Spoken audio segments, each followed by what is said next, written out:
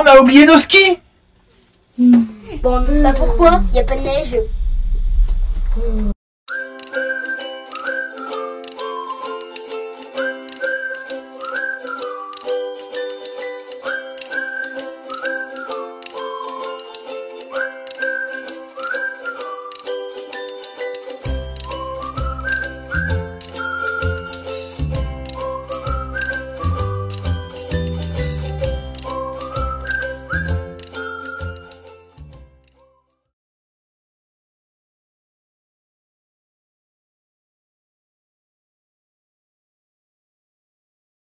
Bienvenue en Colombie. La Colombie, c'est le dernier pays de notre périple en Amérique du Sud et c'est un pays riche en couleurs, riche en culture et riche en histoire. Et c'est un pays très différent des autres pays de l'Amérique du Sud que nous allons découvrir. À peine la frontière passée, nous nous rendons au sanctuaire de Las Lajas, un sanctuaire majestueux qui a été construit au fin fond d'une petite gorge. Pour y accéder, on emprunte un téléphérique qui a la particularité de descendre et d'aller particulièrement lentement.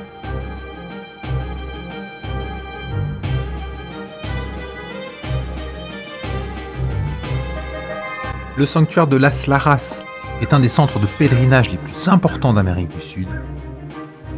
Son église néogothique a été construite au début du XXe siècle, directement sur le canyon, à l'endroit même où une petite fille muette aurait retrouvé par miracle la parole. Ce sanctuaire est aujourd'hui considéré comme la deuxième merveille de Colombie, derrière la cathédrale de sel de Zipaquirá.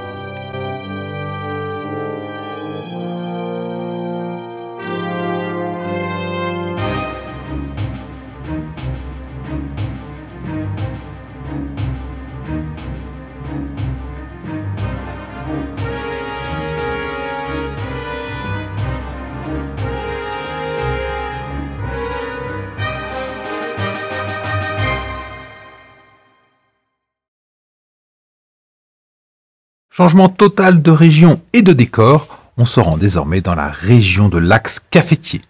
Les petits villages de Salento, Pirao ou Finlandia rassemblent les meilleures fincas de café colombiens et présentent parmi les plus jolis petits villages typiques de Colombie.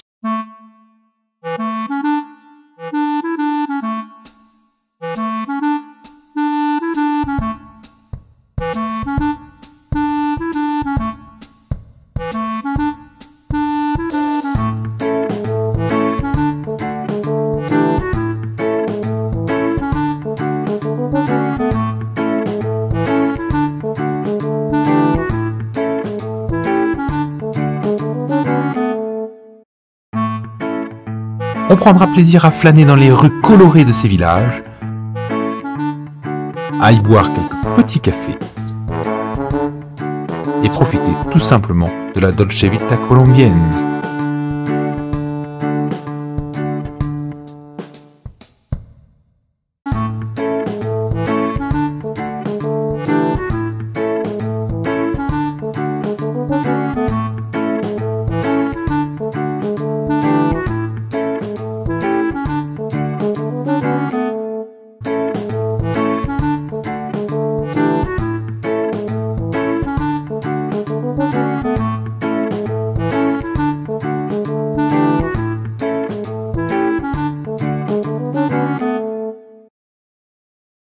Bien sûr, impensable de visiter la région du café sans aller visiter une finca.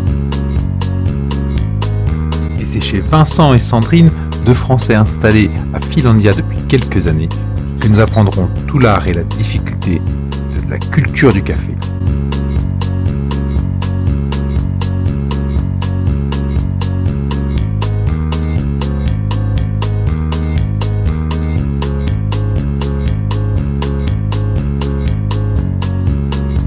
De son séchage.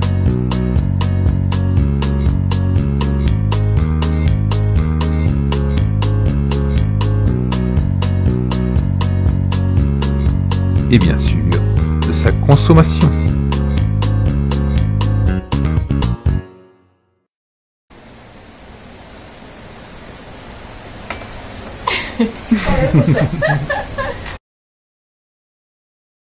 La vallée du café est aussi extrêmement célèbre pour ses forêts de palmiers de cire.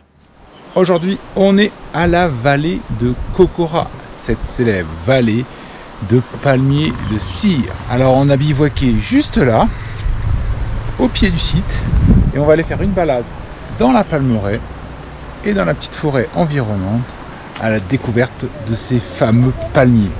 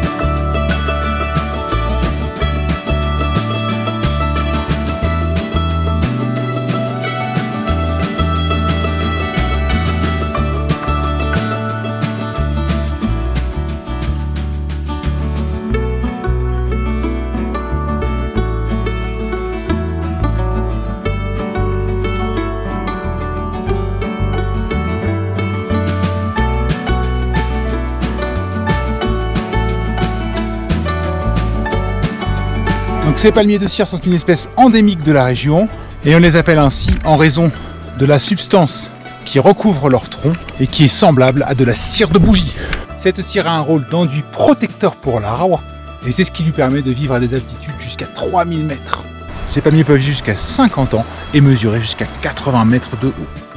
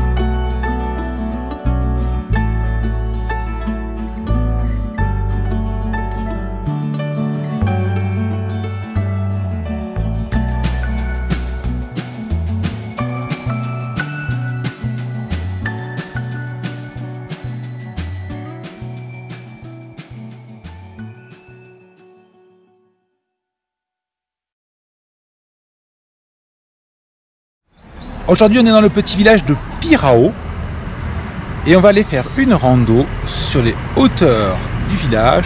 On va aller découvrir notamment une palmeraie avec les fameux palmiers de cire. Donc on va prendre un 4x4 pendant environ 1 heure et ensuite c'est parti pour la rando.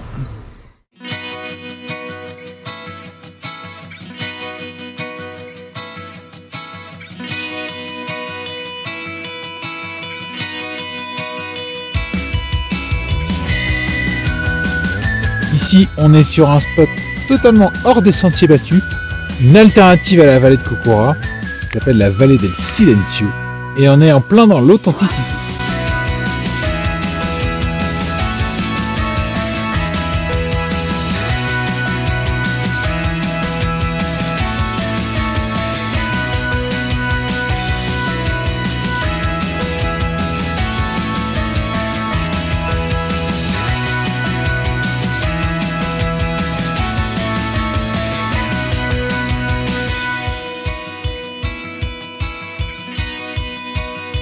Donc là on arrive à la finca des parents de Julian. Hein, c'est ici qu'ils élèvent les vaches. Donc on est à 2800 mètres d'altitude et on arrive à la petite finca où Julian vit avec sa famille. Ils vivent ici de l'élevage bovin au milieu de la palmeraie et quasiment entièrement coupé du monde.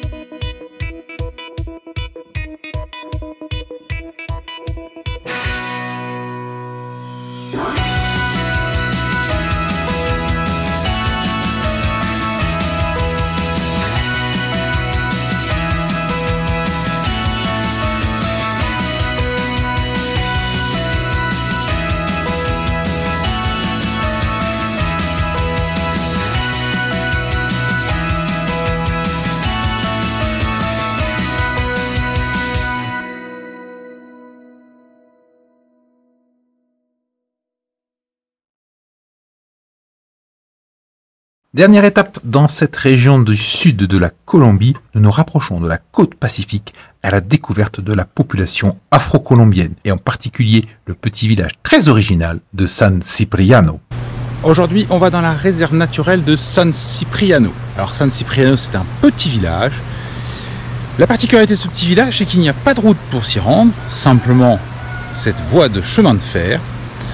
On est distant à peu près de 6 km du village de Córdoba, où nous sommes actuellement. Et le problème, c'est qu'il y a quelques années, le gouvernement colombien a décidé de suspendre l'activité ferroviaire qui permettait de rejoindre le village.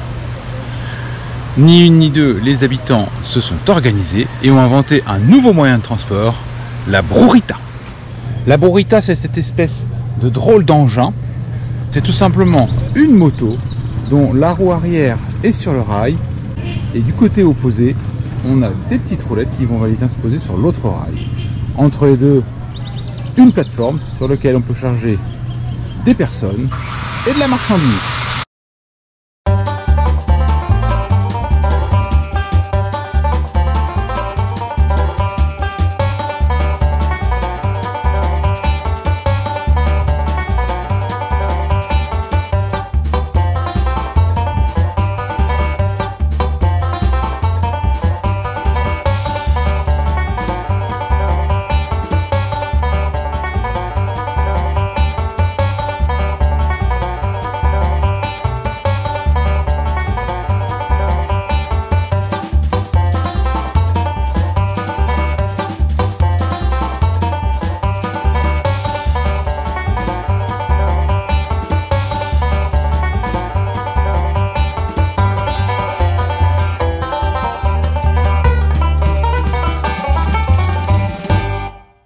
Bon, ça y est, nous voici arrivés à San Cipriano, après cette expérience particulière de burrita.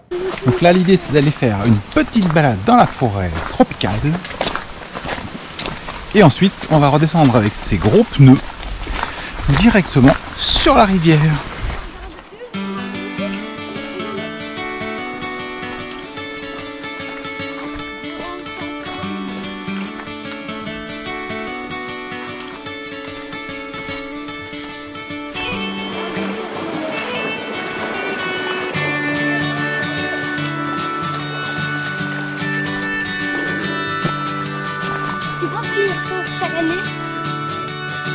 Donc là on est sur le chemin des cascades. C'est un petit côté Indiana Jones. On traverse des rivières, des courants.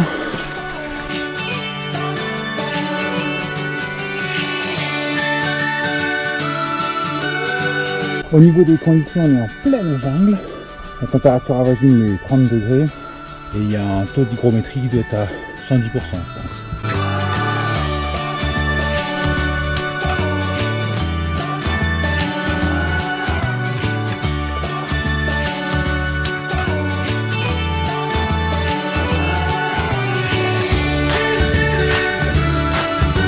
Ah, on commence à entendre un bruit de cascade.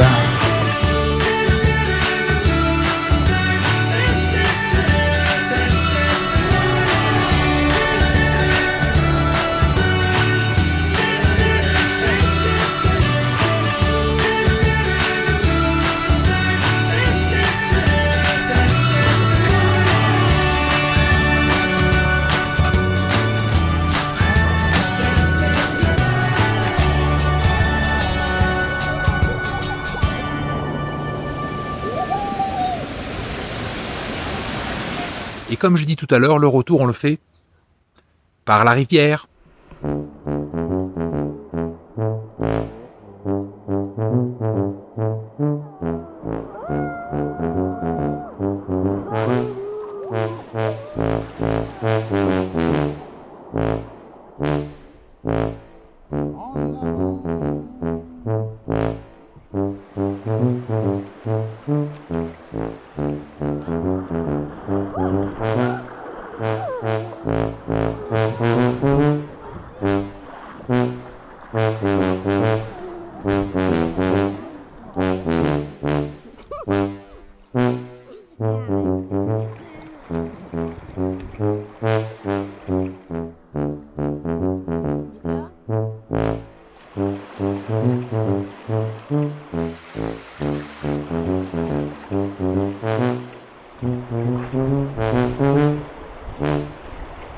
Pour le plaisir, on rentre en Brurita?